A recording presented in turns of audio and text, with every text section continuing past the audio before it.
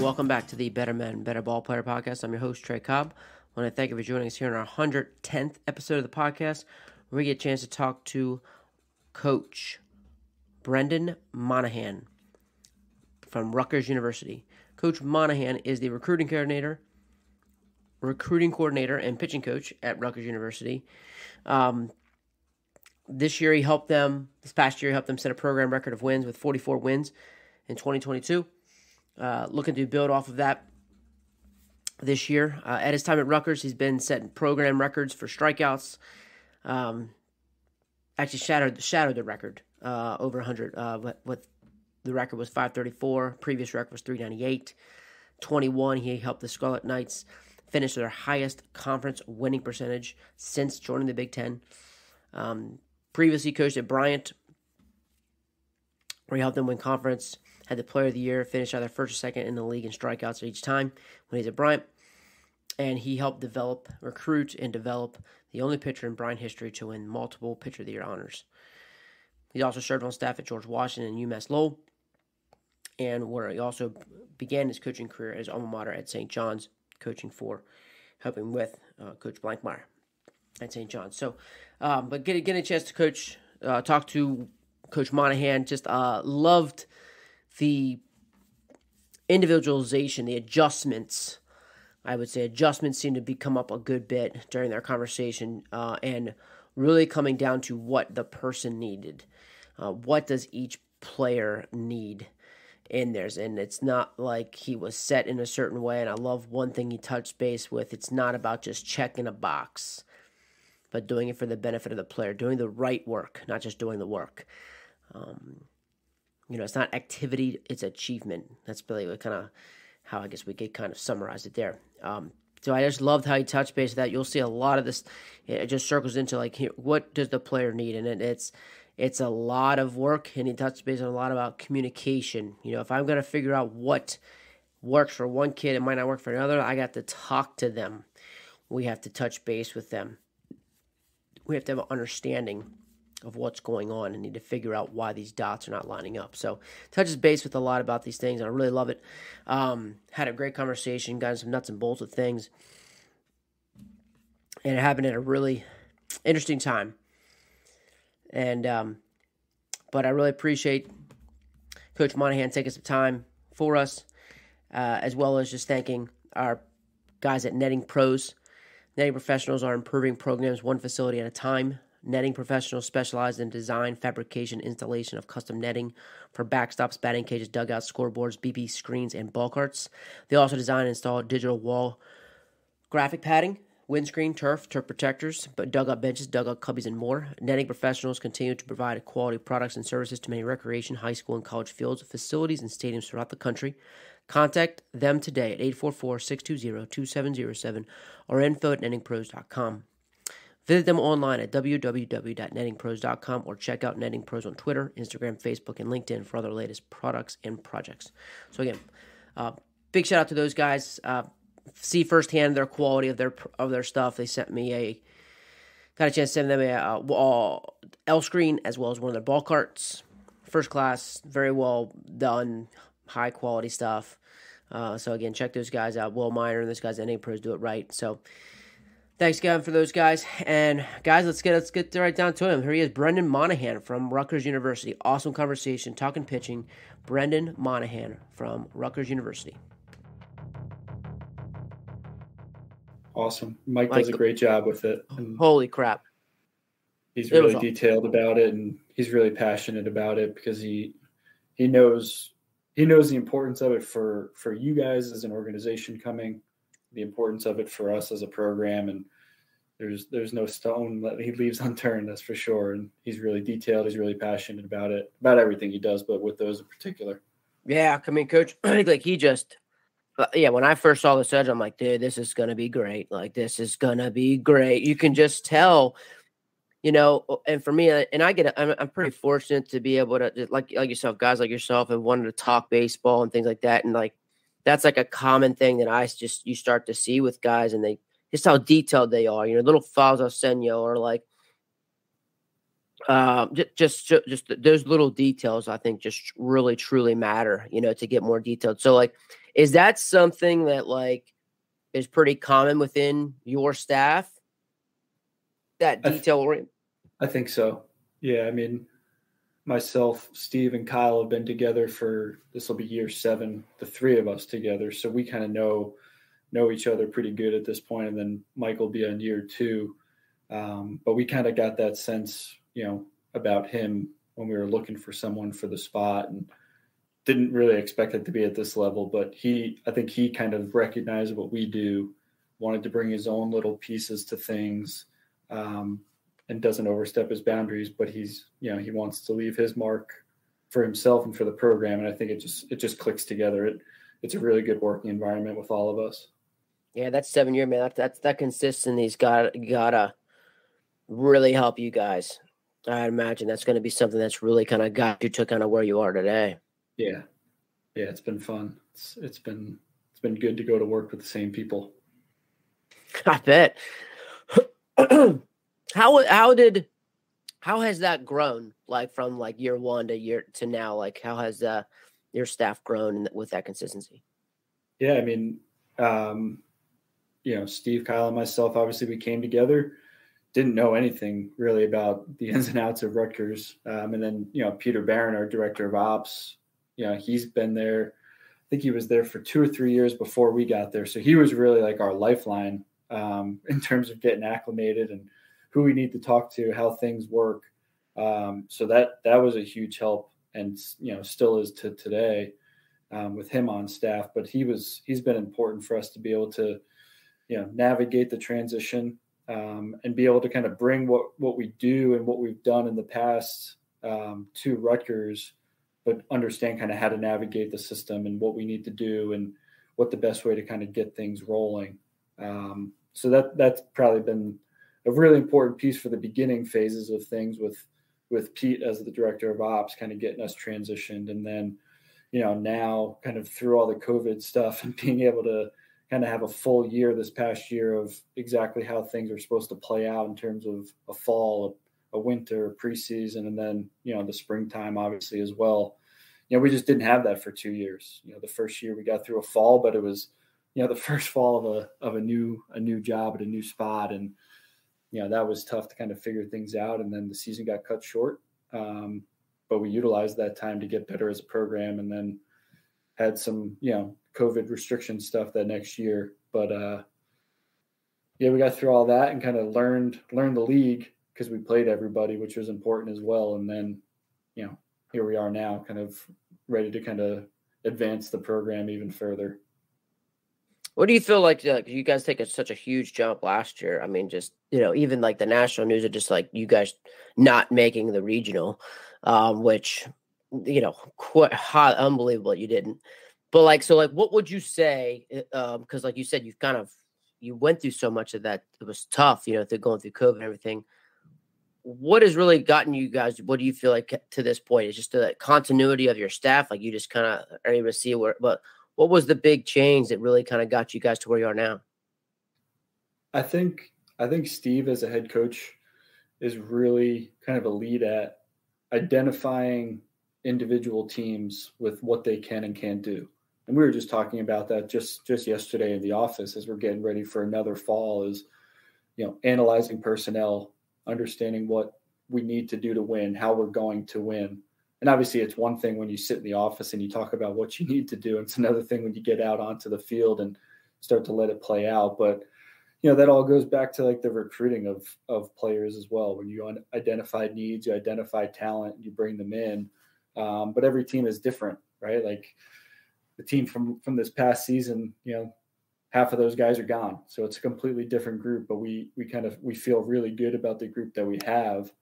But Steve's really good at kind of identifying how we need to win with the team that we have, within the framework of things that are important, right? Some of our non-negotiables, some of our standards of, what we emphasize, what's important to us. But then it comes down to the personnel too, in terms of what you have or what you don't have and the way to win. And I think, like I said, I think in 2021, playing every team in the league, kind of gave us a really good chance to kind of open our eyes to say, like, this is what the talent takes. This is what the coaching takes. This is what the preparation takes. We won some games, we lost some games, and it wasn't just like an exhibition season, but it was a really good learning experience for us to sit there and say, like, this is what the Big Ten's about. And if we want to be at the top, these are things that we need to do better, or these are the things that we can't change. And obviously, it's just one season, but I think we kind of found our way with doing a lot of those things. Yeah, I'm sure it's not going to be like a flash in the bucket, kind of season. I just can't wait to see, what you guys are going to do this year and how you guys are going to be. Hoping you guys get that regional, and that's going to be great. You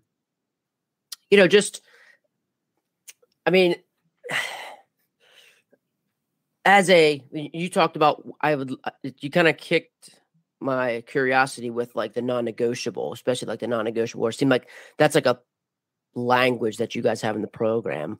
Can you speak a little bit about the non-negotiables? Yeah, I think, it kind of comes down to really like 3 pillars, really, I guess, of the program of toughness, commitment, and development. That's what we talk about every single day.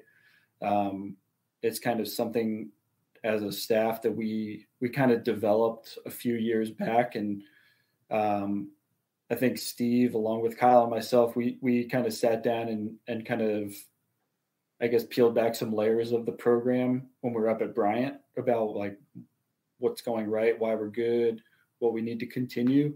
And Steve and us kind of brought that with us here, because it wasn't a thing that was just about Bryant. It was about kind of maybe us as a staff or what we want to be about all the time.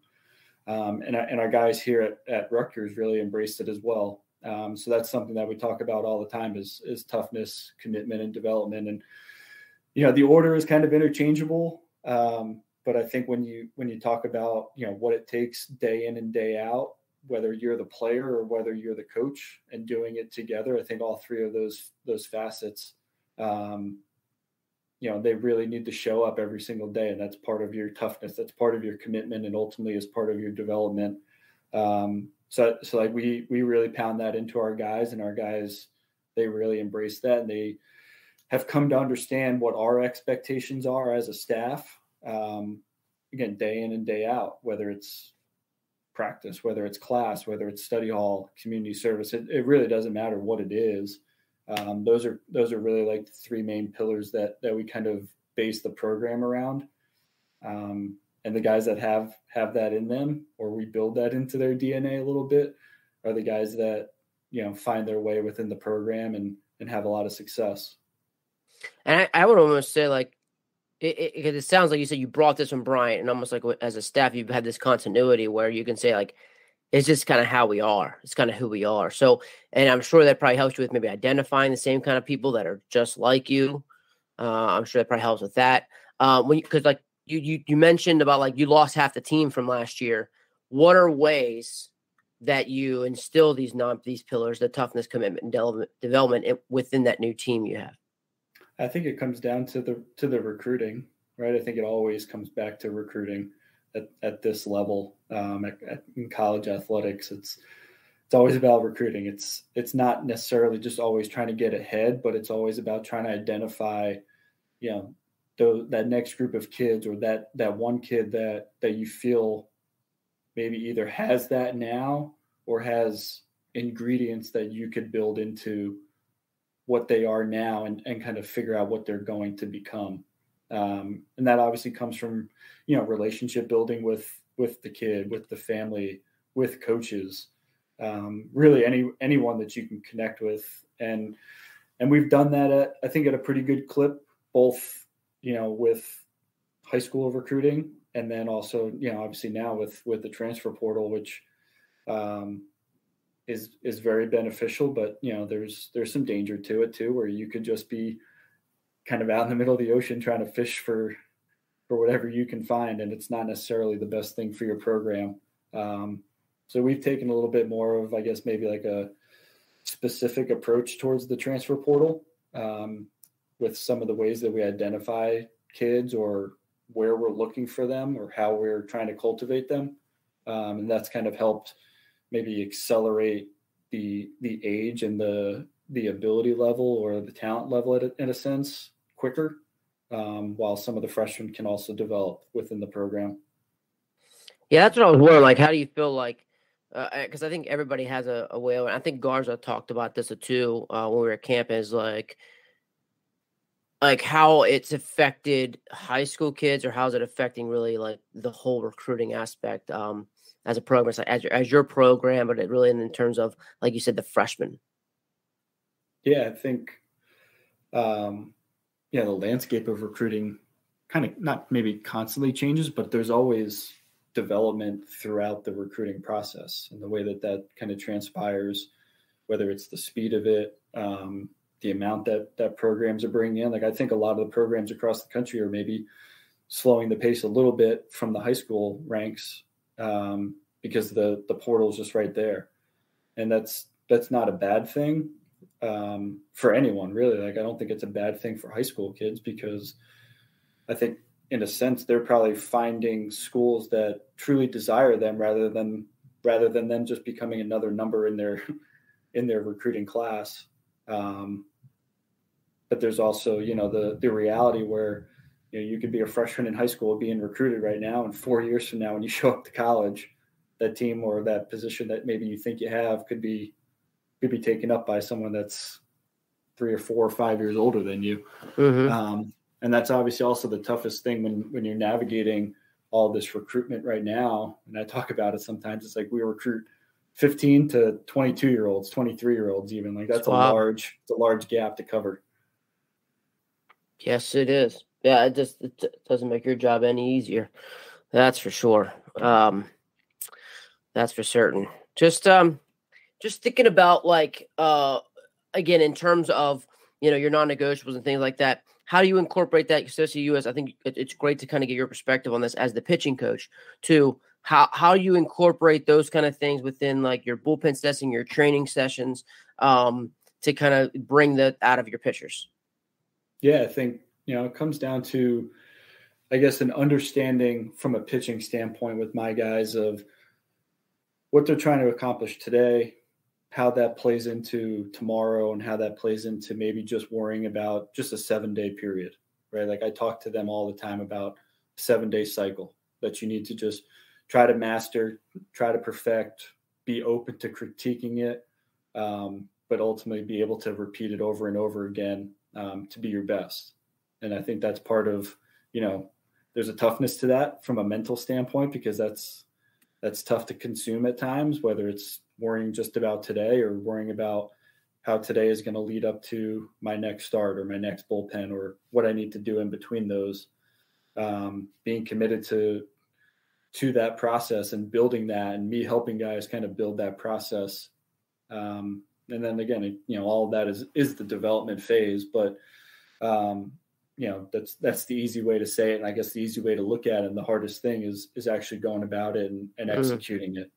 But I try to not to maybe dumb it down so much that it's really elementary to them, but I also try not to let them maybe get too far ahead of themselves and think, okay, I got one more month, or okay, we got one more week of fall ball and then we can get a break. It's like, well, no, let's kind of stay where we're at, worried about today, because today is going to lead into your next bullpen, your next outing, your next start, your next appearance, and trying to really just master those traits and those qualities and what goes into each day, and then how to get better over that period of time.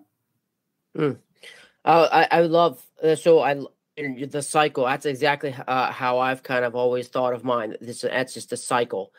Could you dive in? Because we have people from youth baseball to college coaches to kind of listen in. Would you be able to dive into some details about what the 7-day cycle looks like?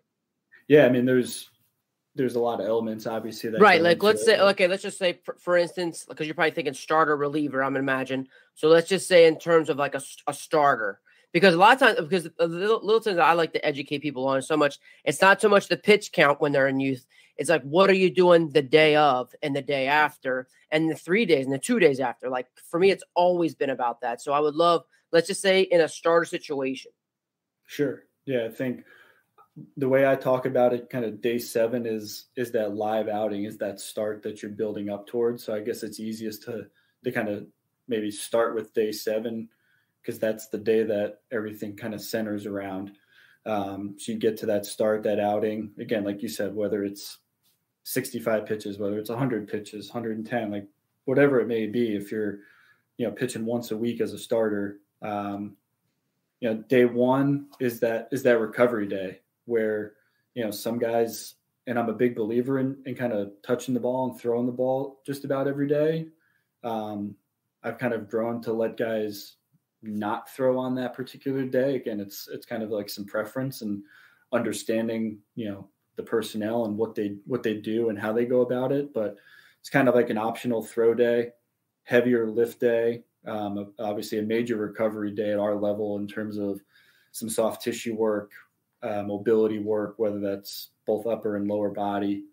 And then day 2 and 3 is when you're starting to get yourself back into some more volume throwing, starting to get the arm moving at a better clip, building it back up. Some more conditioning, some more lifting built in there. Day 4 on just like a general programming standpoint is usually the bullpen day. So guys are, they're using day 2 and 3 to get themselves, ready for day 4. And that kind of goes back to what I was talking about earlier about, what do I have today and how is that going to impact tomorrow or the next day? Because I have to talk to our guys sometimes about that in terms of like, you might feel great on day 2, but if you overthrow, what's that do for you on day 3? Or you throw too much on day 3 and now you set yourself back a little bit for day 4. So that's where they have to understand and kind of build and critique their own system a little bit, and figure out how that plays into each day. Again, to get to that day 4 where they're throwing a bullpen, and that comes in all different shapes and sizes, obviously based on the previous outing, based on need. There's a lot that can go and change with that, but most guys throw it on day 4. And then again, day 5 and day 6 are ultimately days that you're trying to recover from that bullpen and get yourself kind of really all hands on deck, geared up, ready for that day 7. So some arm care, some more mobility. Like we treat every touch of the mound pretty similar in terms of what you need to do from a recovery standpoint. And obviously a bullpen day is generally a lot different than a live day, but we treat the recovery process pretty similar in terms of how we get range of motion back, how we get you feeling good, to get to that next day 7 and ready to go to be your best. I love that. Just we treat this recovery the same way, and I love the reality of everything's based off of your outing. Like building the system, critiquing it each day, kind of like always kind of finding like letting your performance dictate my feedback. Where like maybe I threw too much here, I was weight, or like I wasn't strong enough, I might be lifting, or maybe I lifted too much, and you're always like, I just feel like that's so real, and I think your kids get that where like. It's not just like a robotic thing you got to just do and you put it in there. Like, no, like this, it's like, we're going to make adjustments as necessary. Right. I mean, I just heard just the other night, Adam Wainwright talking about, routine versus superstition, and I think that's, he put it in a really good, phrasing and verbiage that I think is maybe what I try to talk about, but maybe haven't really portrayed it the same way that he did, where there's a clear-cut difference between having a routine and being flexible with it and having a superstition where you need it because you feel like that's the only thing that's going to make you good. And that can be dangerous if you're confusing those. Yep. You're making adjustments in the routine. Kind of make you feel right. Absolutely. I love that. Yeah. I blew up on Twitter. Yeah. It's not every day you get a guy warming up in the bullpen, mic'd up, talking to I know. TV. It was super cool. But it's just those are a good thing. I think that's what, I mean, it's good and bad of it. Just there's so much information and you just, but that's such solid, really good practical information too. Yeah. Because baseball guys have always had their quote unquote superstitions, but yeah, it's more of a routine and things like that. Like I remember like Roy Halladay, he always talked about like his perfect game was like one of his worst bullpens, that he ever thrown. But he just, just adjusted from it and runs. So that's a routine, not necessarily a superstition. So I love that too. It was great. That's a great analogy, Coach. That was awesome. Coach Owens always before every game, when I come down from the bullpen into the dugout, every game since I've been with him, he asked me, how'd that go? The warm-up bullpen. I was like, well, we'll see how this goes, because it wasn't very good. Or that was the best one I've ever seen. And, it really doesn't really matter. Yeah. But it's funny. Like, I never lied to him about it. I'm like, I don't know. This could be bad. And guys go out and have great outings, and guys are really good down there, and it's not what happens in the game. But he always asks. Oh yeah, it's hard not to. It's hard not to. But that's cool. That's funny. that was awesome. I love the day 1 through 7. So how do you handle like relief pitching? Is relief pitching just kind of comes and goes? Like, how are you able to? How does the cycle change within a relief pitcher? Yeah, I think it obviously depends on, their outings in terms of, at the college level, a guy could maybe pitch twice on a weekend, depending on, how much volume they throw on a Friday. They could be back on a Sunday, or some guys go back-to-back days. So obviously that all changes things. But I guess the crux of it comes down to, like, I try to keep our guys on the mound no more than like 3 days in between. So like if a guy, he might go out and pitch 2 or 3 innings and he's done for the weekend. So he's going to need a couple days to kind of get himself recovered and built back up. But it's generally like no more than 3 days without being on the mound in some form or capacity. And that doesn't necessarily mean it's like a full-fledged bullpen. I've had a lot of guys that just like to get up there and have a catcher at, 50, 55 feet. We call it a short box, and just get another 12 or 15 pitches and just feel themselves down the mound and kind of get themselves right, where some of them, that's really all they need. Those guys are obviously a little bit tougher at times to manage throughout the course of a season, because there's so much variability to their cycle and their availability, and keeping them sharp without overusing them in between. And again, it comes down to a lot of the communication between myself and them. Me trying to understand where they're at, them giving me feedback of what they need, and it being real. Both of us, player and coach, being open to the adjustment of, yeah, we did this for a couple weeks and it was going good, but something's different right now. So we need to kind of alter some plans a little bit and kind of get you right. And we need to change a few things within, these days that we have. And I think that's something that maybe I've grown and gotten better at, in a sense, over my time, because it used to be like, let's not throw a lot because you're going to pitch and we don't know when. So I just want you to be fresh as you can be. And maybe they feel the best, but they're not as sharp because they haven't done enough. So there's a delicate balance to it. And that's ultimately where I think I've grown to communicate and get more out of my guys with communication, to really understand, what they need, what gets them feeling right, but beyond just feeling right, actually knowing that they're prepared, because they could tell you what you want to hear, and it doesn't necessarily mean that they're prepared. And that's the thing as the coach that you always want, is you want all your guys in a situation where they feel the best, they're prepared the best, and they're the most confident. That doesn't always come with more work, but it certainly doesn't come with less work. Or the right work. Exactly. Right. The right work. And it's amazing. I think I think you hit on the head is like, because I'm sure we all, we starting out, you're building your, who you are, and you got to be kind of like so rigid with it, where you've kind of got in this mode, like, we're just kind of work and find what works for you. Like, it takes a lot more effort on your part, Coach. I'm sure it takes so much effort. Like, I'm just thinking about, well, this kid can't get on the mound, but this kid likes a flat ground, and this kid just needs to get a lift, and he's going over here, where like, you're not going to see all 10 pitchers get up here and do this. Like, we're just kind of everywhere. That's what I'm kind of thinking, visualizing your practices like, Coach.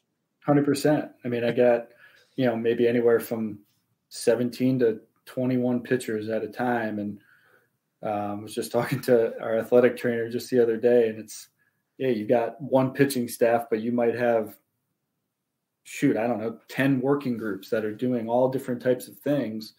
And that could be daunting as a pitching coach. It's obviously could be daunting as a player sometimes, especially if you're a freshman in the program and you're looking around like, what am I supposed to do? Because I've never really practiced like this before. And ultimately, as a coach, you just want guys that are not just doing things just to check a box, but they're doing it for a purpose and with a purpose. Like you said, the right work. But there's also, an element to where I need to ingrain into them that I can't just stand over 20 pitchers and make sure that you're doing every single thing that you need to do. There's got to be a major element of ownership with what they do from the pitching side of things, because if there's not, they're just going through the motions or they're lost. And then either way, it still comes down to me to get them doing the right things and understanding their why and how, and obviously then their ability to go and execute it. Or understanding their why. So like you'll get into like why they're there or why they're doing it. You're talking about like a purpose of that activity. Like we need to understand like why you don't want to get on the mound. Like is that what you're saying? Like communication of like, or why you are doing this flat ground, or like that, is that what you're saying? Yeah, I mean, I think it's really anything. Like, yeah, however you want to interpret it. Like, okay, why you don't want to get on the mound? Okay, that's fine. And I never try to pressure guys to do things that maybe they're uncomfortable with. In terms of like a health standpoint, like uncomfortable is the job of a coach. I think is to put guys in uncomfortable situations and see how they can react and thrive or fail in those. Not in a sense of putting them in peril from a health standpoint, but okay, like if you don't want to get on the mound today, what's the reason? Like why do you not want to? Is it you're not recovering well? Okay, then I need to figure out a different plan to get you recovered, to maybe have you right for this day, or your recovery is taking longer. Okay, did I miss something in the outing that's setting you back, or is we just kind of at a point where you're maybe just this process taking a little bit longer as we get deeper into the season and we need to manage your workload a little bit different. Those are the layers that I try to peel back in terms of the communication. Is like, okay, like that's fine if you don't want to do this or that, or I think you need this and something's not connecting. Okay, like we need to figure out why these dots are not lining up with each other. What are we missing here through this process? Or how do I need to adjust your routine? How do we need to do it together so that we can be on the same page? And I know, yeah, like today is the day that you normally do this. Let's do it. And if it's not, okay, what's going on? Like, why are we not feeling right at this point? Because this has been your system for a while and it's worked. Mm-hmm. So with all of these things, and this is going to sound very daunting, like you said, it's daunting. How do you manage it? Like, what would you suggest is like, how do you manage it? We've talked earlier about like being detail oriented. So like what are the ways that you're organizing it, managing it all? And then at the end of the day, holding them accountable for those things. Yeah. I try to track, each guy individually. Like my practice plans are set up, in a general layout, but it's got individual, rows and columns for each guy, things that they need to accomplish on a daily basis. And, obviously within baseball, within pitching, you're going to find whether it's a lot of guys or groups of guys or individual guys that have things that they need to do on a daily basis. Some of it, maybe covers 8 or 9 guys at a time doing the same thing, just with how some of the systems flow. But again, for me, it always just comes down to communication. Like I try to be proactive with communication. It's usually not something where I just show up to practice that day and I say, okay, who wants to throw a bullpen today? Or who needs to throw a bullpen? Like if I'm doing that, I'm way behind. I'm not prepared for practice, and I'm not going to have my guys prepared for practice. So I think that part of that communication has to happen, way before you put things in place, even on a daily basis. So I can communicate with guys and kind of get an idea, because just like you said, there's different working groups. And if they're throwing a bullpen, then their lift is going to be different than a guy who's not. And I need to communicate that to the strength coach. And I need to make sure our trainer knows who's throwing a bullpen so he can work on guys and get them recovered. So it's not just, me in a bubble trying to handle guys. it's like a three-headed monster almost in terms of myself, our strength coach, our trainer, getting guys right and getting them in a good place as well. Yeah, and then I'm sure that you guys have, like you said, and going back to the consistency that you've had within your staff and the meetings that you have, and you kind of knowing how you work. I'm sure all of that just kind of, that communication piece is already kind of laid in there with you guys as well as staff. Yeah, it is. It's not like football where it's, okay, you got offense over here and you got defense over here. I mean, like at times, obviously it is right, in terms of how practice goes, but there's also, crossover with catchers catching bullpens and them having batting practice and offensive rotations and all that. But we talk all the time and, in the office for probably an hour or two a day in terms of getting our team prepared for a practice and what all we need to accomplish. And we kind of look at it the same way. Like, okay, we got 2 days to practice. We got an inter squad in the fall, or we got a game. Now, what do we need to do to get better from that game individually, collectively? So yeah, there's a lot of communication, obviously that goes into just a single practice. Mm-hmm. So here's a question I had. It's just kind of getting with the games, right? Is when you guys go to play, and because those are days, like let's say somebody's cycle is coming up where like on a Saturday during the conference is like day 3 and 4, or day 5 and 6. Is that all pregame work for you, or is it sometimes that you're allowed to then maybe even get on the bullpen as a work time? Are you using just the game, or is it all pregame, or just and the game is for our team? The game's for the team. I think really like the only time that comes into play is maybe like those midweek games, those Tuesday, Wednesday games with some relievers that, they're hot, they're available, they're on the board that day. And, the game just doesn't dictate that they're used or that they needed to be used. But, we don't play tomorrow, then we're leaving. We got to be ready. So some of those guys might hop up there just as if they're warming up to come into a game. And get like a bullpen session, a little touch on the mound. But besides that, like the game's the game. If you're available, you're available. And if you're not, everything is taken care of pregame. And then, you're part of the team to get the energy in the right spot from the game standpoint. But yeah, during the season, and that, that's the fall too. Like when we're playing, we're playing. The game starts, everyone's ready for the game. Because I think that's an important element of camaraderie, of learning, and cohesiveness. Sure. And then also just being part of staff too. Like, it was just certain things I knew, like you said, you're just kind of everywhere with everybody's schedule. Like again, just managing all that and, having a system within that. But at the same time, like we're working together. And I know you guys, that's an important piece, especially within your 3 pillars. So, just curious to how that all plays. Cause I'm sure it's a lot, it's a lot trying to get everybody ready to roll. Yeah. And there's some guys that maybe need to, make a little bit of a time adjustment and different time commitment to getting some of their stuff done. But I think when you got a group of guys that don't mind going to work, then that's not a problem. Heck yeah. Amen to that. That's awesome. I knew, cause you got to get rolling here soon. So, but my last thing is like going into like the pitcher reliever thing. I was just curious, like, how you're identifying, from a pitcher standpoint to reliever standpoint. Because it sounds like a lot of guys, it's just a matter of like, is it just really based off of a guy like he's able to come back, and you have other guys that just like after they throw, like they just need the days, like this guy could be a starter, but like he could throw every other day for us. You know what I mean? So I'm just thinking about how you identify that, like the change, like you talked about adjustments the whole time, like how you have kind of adjusted from a starter to reliever. I think it probably starts first and foremost, I think, with stuff.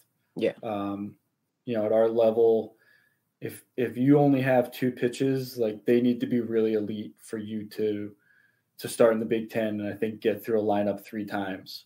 Because you could do that and do it once. You can get through that lineup once if you have 2 elite pitches. If you don't have 3, it becomes really difficult. There's just so much balance, I think, in our conference of right-left splits, guys that can do different things, teams that are really good, that you need to be able to attack a lineup, differently throughout the course of an outing. So I think that's probably first where it starts.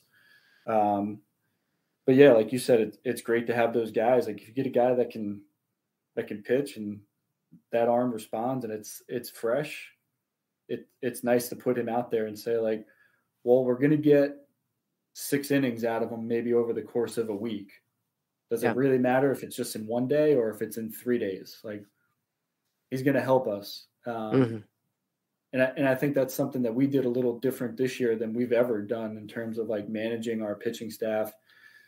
It was a little bit, maybe I guess in the sense of, I don't want to say like a deficit, but more of just like identification of what we had or maybe didn't have in terms of like what you want to quote unquote true starting pitchers, that guys that maybe could stand out there for 7 or 8 innings, where we didn't really feel like we had that to be really consistent.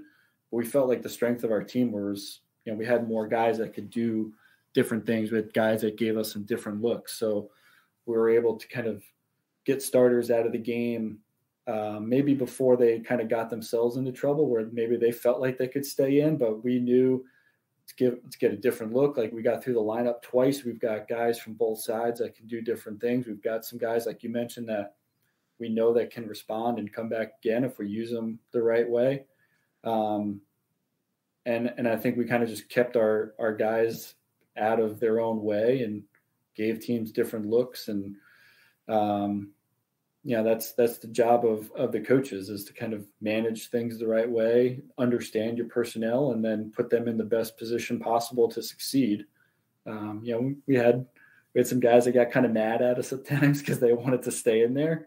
And there was times that we let them ride. We left them in there. And there was other times we said, yeah, we've seen this before. This is where it ends. And usually it works. Sometimes it didn't. But, you live and die with those decisions. And when you're prepared with the decisions and when you try to execute it, you can put your head on the pillow and say it didn't work. It wasn't like we were caught off guard and we got blasted because we weren't ready for something. We didn't manage it the right way. When we communicate with the pitchers, when we communicate as a staff and we have plans and we want to just try to go and execute it, it allows you to maybe manage the game a little better, right? The game always complicates it enough, but when you have a plan in place, I think that's kind of what we did a little bit better maybe than we ever have in terms of putting the guys in a position, and then, our communication level of being prepared and how we want to get to the next guy and put the guys in the right position. That's awesome. Yeah, I think that's just I love the thing. And I love the quote of like you talk about kept guys out of their own way. Like talk about a great thing there.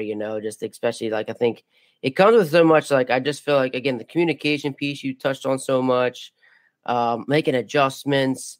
It just sounds like there's the rigidity. There's no rigid. Just say rigidity, but it's just like I just feel like it's real though. You know what I mean? Like, and I think guys appreciate that nowadays, especially because there's so much nonsense that it just seems real, man. Like that's what I really have just liked through all of this. Like it's just like this is the real plan. Like we're not just set up and not just putting a plan out there just to put a fancy plan up. Like all right, we'll make adjustments to that. And I just think kids have to pretty much have to respect that. I think so. We give our players a voice. There's a voice for them individually, collectively as a team. There's parameters that are set from that too. Like they know that we're the coaches, but they know that they have insight. They have some say into their own development, into their team, because when the players are the ones that are leading it, then you have a pretty good team. Yeah, for sure. And I'm just thinking about this flexibility and communication. Have you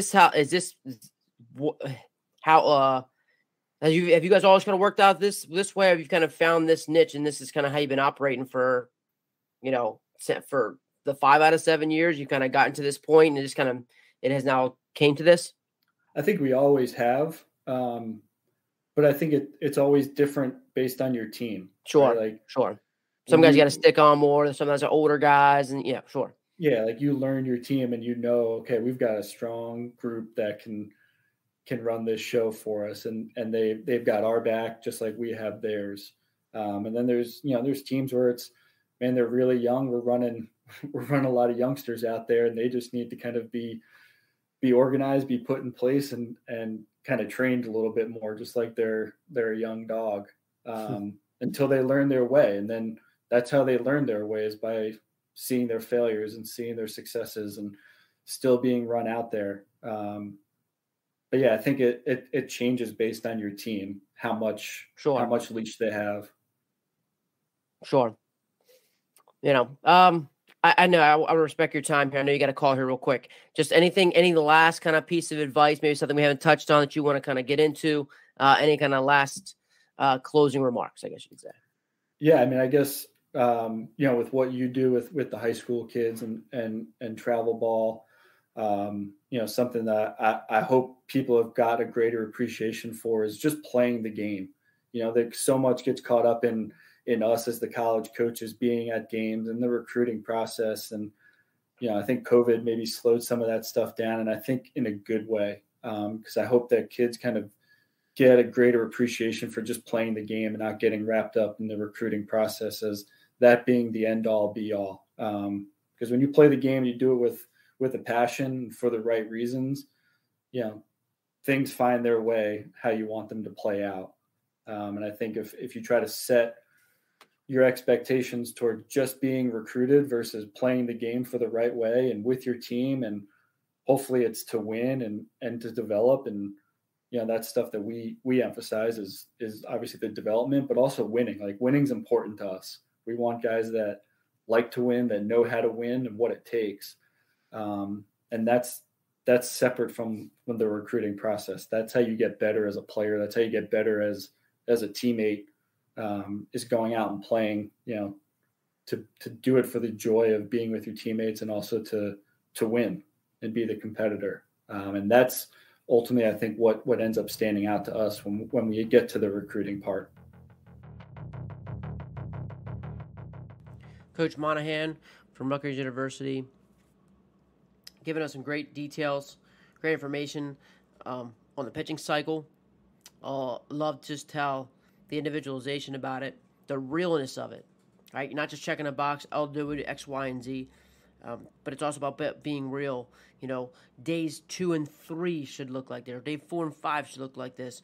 It again, that depending on the week, depending on the time of year, depending on what their body's feeling at that time, depending on weather. Like, there's just different things that come up all the time. So I just felt it was so real. I just felt something that you just need to have a mature mindset of and wrap your head around. Like, we can have all these things laid out, but the best plan is, one, am I communicating with my players?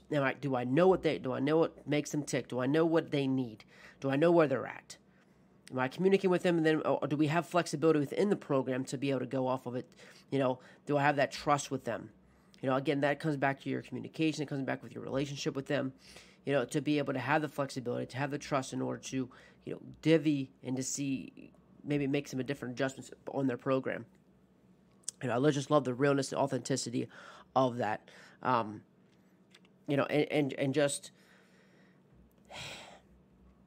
his, just the way that he is able to, his presence, and being able to talk about and use, and I think this comes with so much consistency and knowing how everybody works, but just building those non-negotiables, building the pillars within the pitching program, and seeing how it all rolls together with the toughness, commitment, and development, and using those. I think we all can take something a bit from there. It was like, those are the long-term, those are the big overarching, and like Coach Monaghan said, it was non-negotiables. These are our pillars. These are our core values, however you want to say them. Again, I love how you said non-negotiables. You can tell, like, that's part of their language. You don't just say non-negotiable. Like, that's part of their language. So I think another thing we'll all take away is, like, what is our language in the program? Like Chuck's Box, like, talked about, like, him in Hartfield, like, he would go over all the different parts of language that are in their program and then define them. So non-negotiable, that stuck out to me because that's something specific to them. And so what is ours? Like, what do we use? We use core values? Do we use principles, standards, non-negotiables, pillars, whatever the case is? And everything revolved around that, from their bullpen work to their cycle work to their day-to-day work, and how that all kind of fell under those umbrellas. So I just love that. just getting them to understand that purpose and how they're going about their work. Another good quote from Coach Monaghan. Loved it. Again, thank you so much, Coach Monaghan. Appreciate it. Like I said, just a unique time. I know this might come out like middle of September, but the time that we got a chance to talk was pretty special, unique, something I think that I know I'll remember giving a chance to talk to him at a very unique time. So thank you to the listeners. Thank you guys for listening to us here.